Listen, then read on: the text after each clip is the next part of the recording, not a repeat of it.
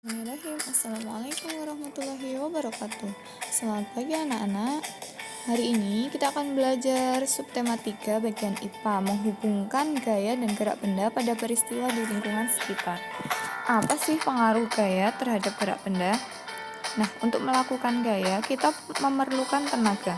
Kemarin kita sudah belajar tentang kegiatan mendorong meja, mengoper bola, bersepeda dengan laju cepat dan lain-lain.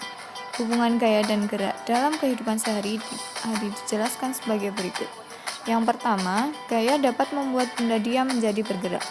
Adanya dorongan, tarikan, tendangan, lemparan membuat benda diam menjadi bergerak. Yang pertama, gaya dapat membuat benda diam menjadi bergerak. Contohnya adalah ketika kita membuka dan menutup pintu. Selanjutnya, gaya dapat mempercepat, memperlambat, dan menghentikan gerak benda. Menangkap bola, menarik bola dengan kaki, menginjak rem bus, membuat benda yang awalnya bergerak menjadi diam. Contohnya yaitu ketika angin memberhentikan bus di pinggir jalan, maka supirnya akan mengerem bus. Ketika bus direm, maka bus akan menjadi lebih lambat, kemudian berhenti. Yang ketiga, gaya dapat mengubah arah gerak benda.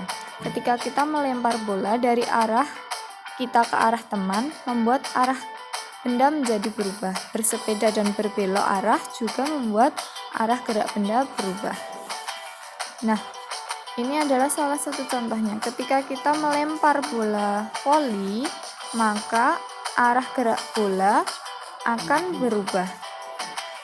Yang keempat, gaya dapat mempengaruhi perubahan bentuk benda.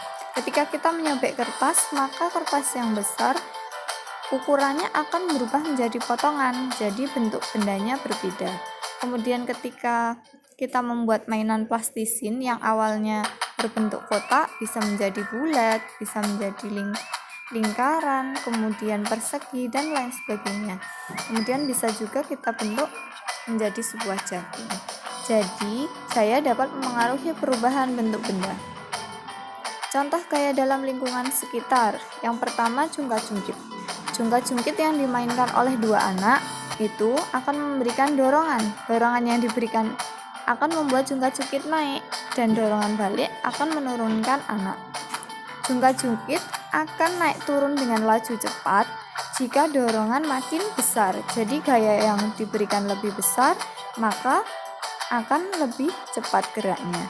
Kemudian dorongan yang dilakukan anak, dorongannya itu namanya gaya.